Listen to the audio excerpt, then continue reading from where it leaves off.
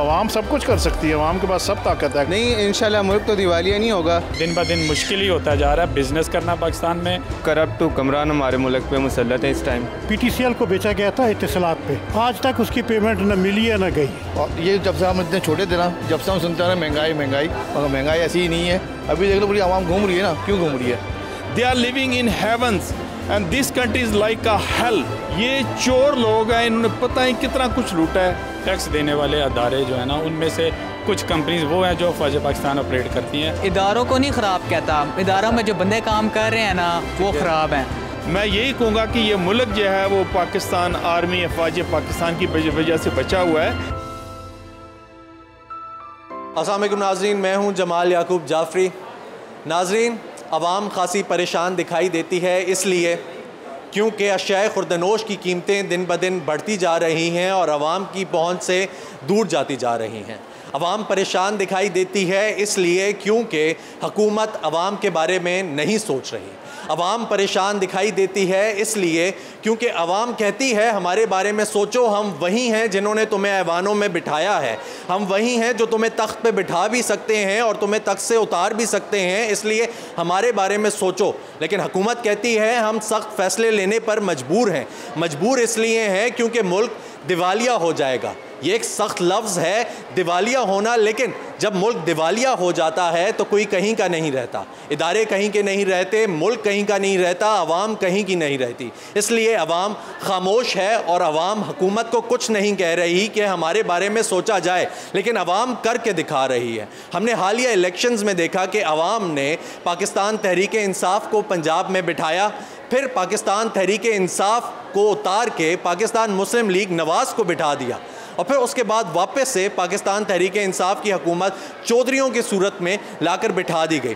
तो नाज़रीन, अवाम के पास ताकत है, फ़ैसला भी अवाम का है, अवाम जो चाहती है करती है, अवाम जिसको चाहती है बिठाती है और जिसको चाहती है सीट से उतार देती है। आज हम अवाम के पास ही जाएंगे, अवाम से जानेंगे कि अवाम को क्या लगता है कि हुकूमत जो फ़ैसले ले रही है क्या वो दुरुस्त फ़ैसले हैं।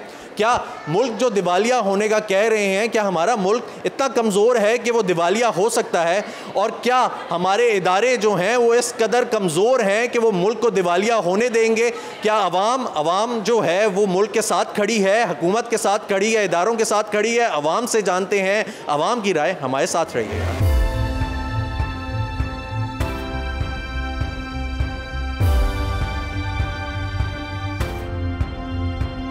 ये बताएंगे कि अभी जो माशी सूरत हाल है हमारे मुल्क की, उसके हवाले से कि जो हुकूमत फ़ैसले ले रही है, सख्त फ़ैसले ले रही है और कह रही है कि हमें मुल्क के लिए लेने पड़े हैं, क्या ये ठीक है? देखें जी, हर सियासी जमात का अपना एक मैंडेट होता है। अगर ये अपने मैंडेट में इकनॉमिक सिचुएशन को प्रायोरिटी दें तो उसमें वो अच्छे डिसीजन भी ले सकते हैं और बैड डिसीजन भी ले सकते हैं। तो दोनों सियासी जमातें अगर इक़्तिदार में आती हैं और अपने मैंडेट के मुताबिक अच्छे डिसीजंस लेती हैं तो ये हमारे लिए फ़ायदा होगा। मौजूदा जो हमारी माशी सूरत हाल है मुल्क की, मुल्क दिवालिया हो जाएगा? नहीं, इंशाल्लाह मुल्क तो दिवालिया नहीं होगा। जो करंट गवर्नमेंट है उसने सही डिसीजंस लिए, और जब आपके पास कुछ सब्सिडी देने के पैसे नहीं हैं तो लॉजिक यही कहते हैं कि आपको सब्सिडी नहीं देनी चाहिए। तो अगर हमारा मिसाल के तौर पे मुल्क का 42 अरब रुपए का महीने का खर्च है तो 120 अरब की सब्सिडी देने का क्या फ़ायदा है। तो वो सब्सिडीज़ करंट गवर्नमेंट ने ख़त्म किया और इससे इंशाल्लाह उम्मीद है कि मुल्क हमारा सही डायरेक्शन पे जाएगा। अच्छा, ये अगले 12 महीने ग्लोबल इकॉनमी के लिए बहुत मुश्किल होंगे। जैसे हम कोविड से निकल रहे हैं तो हम देख रहे हैं ग्लोबल कमोडिटी प्राइसेस में रिकॉर्ड इंक्रीसेस हो रहे हैं, फेडरल रिज़र्व टाइटनिंग कर रही है, जियोपॉलिटिकल टेंशन्स हैं। इसकी वजह से सारे मुल्क जो हैं दुनिया में वो परेशान हैं, उनकी इन्फ्लेशन बहुत ऊपर चली गई है। बट साहब ये बताएं, जो अभी फ़िलहाल हमारी इकनॉमिक सिचुएशन है करंट, उसमें जो हुकूमत फ़ैसले ले रही है, क्या ठीक लगते हैं आपको? ठीक मैं अपने पॉइंट, क्योंकि मैं बिज़नेस करता हूँ, अच्छा, अगर मैं उस पॉइंट ऑफ व्यू से बात करूँ तो मेरा ख्याल है दिन ब दिन मुश्किल ही होता जा रहा है बिज़नेस करना पाकिस्तान में, और एक अच्छी फैमिली को जो है ना सर्वाइव करना इस माशरे में, या जो इस वक्त महंगाई चल रही है उस हिसाब से अगर मैं बात करूँ तो दिन ब दिन मुश्किल ही होता जा रहा है। देखिए मेरे ख़्याल में जो मेरी थोड़ी सी एक स्टडी थी ना कि पाकिस्तान में सबसे ज़्यादा टैक्स देने वाले अदारे जो है ना उनमें से कुछ कंपनीज़ वो हैं जो फ़ौज पाकिस्तान ऑपरेट करती हैं, जैसे फ़ौजी सीमेंट हो गया, जैसे उसके अलावा ये जो इनका हॉस्पिटल वगैरह वो सारे हो गए। मेरा ख्याल है हम उनको ब्लेम नहीं करें, उनकी एक अपनी डायमेंशंस हैं, उनके एक अपना रहते हुए वो जितनी हमारी हेल्प कर सकते हैं वो करते हैं और उनको करनी चाहिए और हमें भी उनको फुल सपोर्ट करनी चाहिए। अब बाकी अब छोटी मोटी चीज़ें, छोटे मोटे मामला हर जगह पे चलते रहते हैं।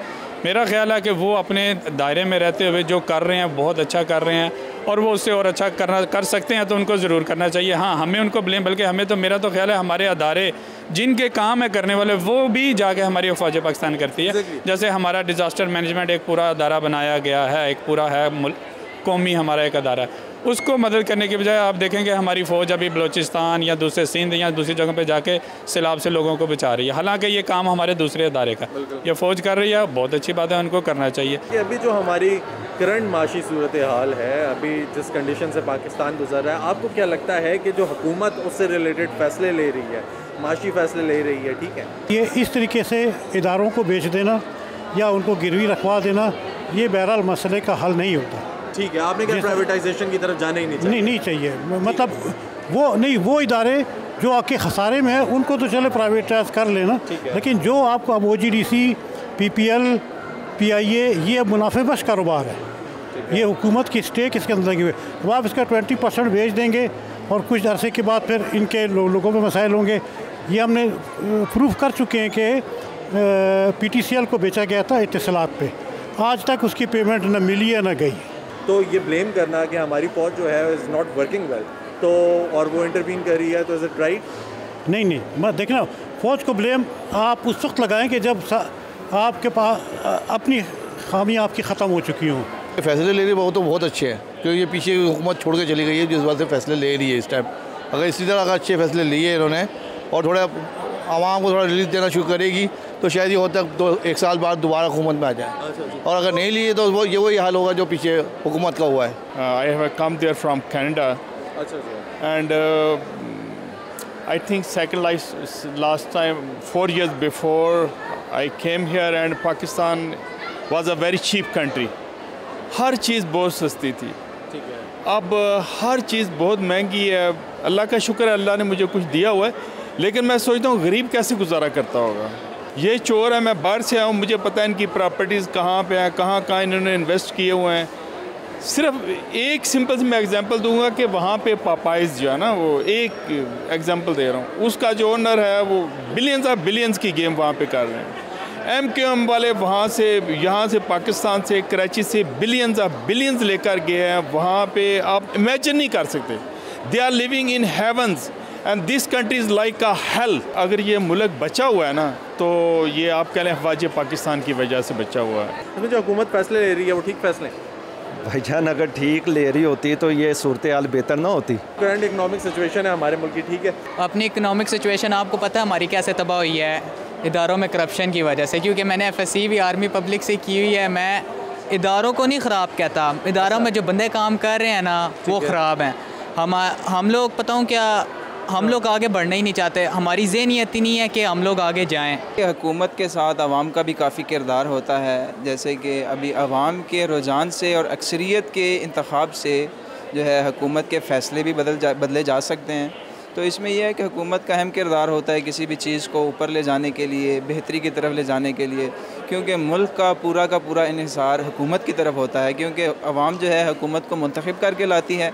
आवाम के मसाइल को देखना हुकूमत का काम है। ये बताएं, जो हुकूमत सख्त माशी फ़ैसले ले रही है वो ठीक ले रही है? नहीं सर, मुझे तो लगता है बिल्कुल गलत हो रहा है हमारे मुल्क के साथ। क्यों, क्या गलत हो रहा है? देखिए सर, करप्ट हुक्मरान हमारे मुल्क पे मुसल्लत है इस टाइम, और हमें किसी अच्छे हुक्मरान की ज़रूरत है जो हमारी आवाम के लिए अच्छे फ़ैसले ले सके।